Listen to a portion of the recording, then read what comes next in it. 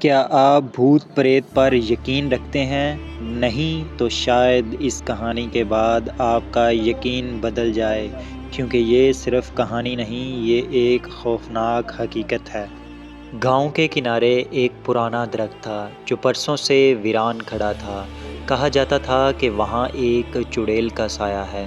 جو بھی اس درخت کے قریب گیا وہ یا تو کبھی واپس نہیں آیا یا پھر ایسے بدحواس لوٹا کہ کچھ بھی بولنے کے قابل نہ رہا۔ کوئی نہیں جانتا تھا کہ اس درخت میں ایسی کیا پرسریت ہے، مگر گاؤں کے بزرگوں کا کہنا تھا کہ برسوں پہلے وہاں ایک عورت کو ناحق قتل کر دفن کر دیا گیا تھا۔ اس کی چیخیں آج بھی رات کو یہاں سنائی دیتی ہیں۔ آصف، جو گاؤں کا سب سے نڈر نوجوان تھا، ان باتوں کو جھوٹ سمجھتا تھا۔ اس کا ماننا تھا کہ یہ سب گاؤں والوں کی من گھڑت کہانیاں ہیں۔ ایک دن اس نے اپنے دوستوں سے شرط لگائی کہ وہ اس منحوس درخت کے پاس جا کر آئے گا اور یہ ثابت کرے گا کہ وہاں کچھ نہیں ہے۔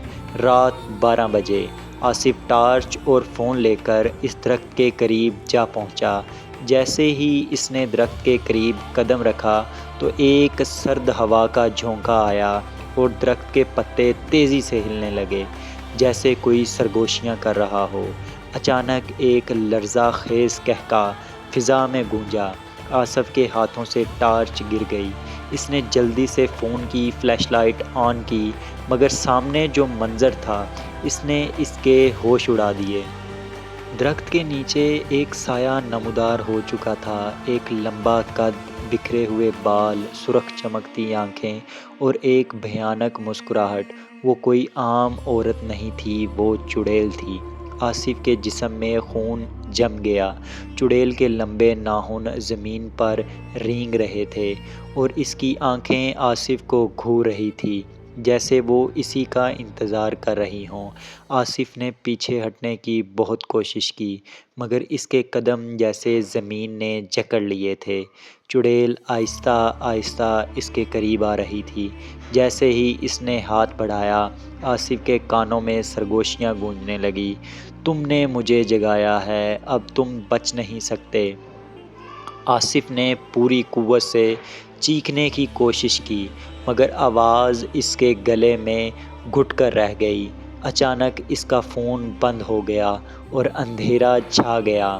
چند لمحوں بعد گاؤں والوں نے ایک خوفناک چیخ سنی۔ وہ دوڑ کر درخت کی طرف پہنچا، مگر وہاں آصف کا کوئی نشان نہیں تھا۔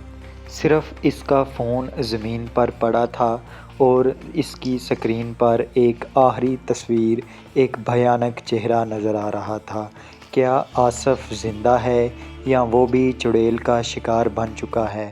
گاؤں والے خوف میں مبتلا ہیں، مگر کوئی بھی سچائی جاننے کی ہمت نہیں کر رہا۔ کیا آپ نے کبھی ایسا واقعہ سنا ہے؟ اگر سنا ہے تو کمنٹ سیکشن میں ہمیں ضرور بتائیں۔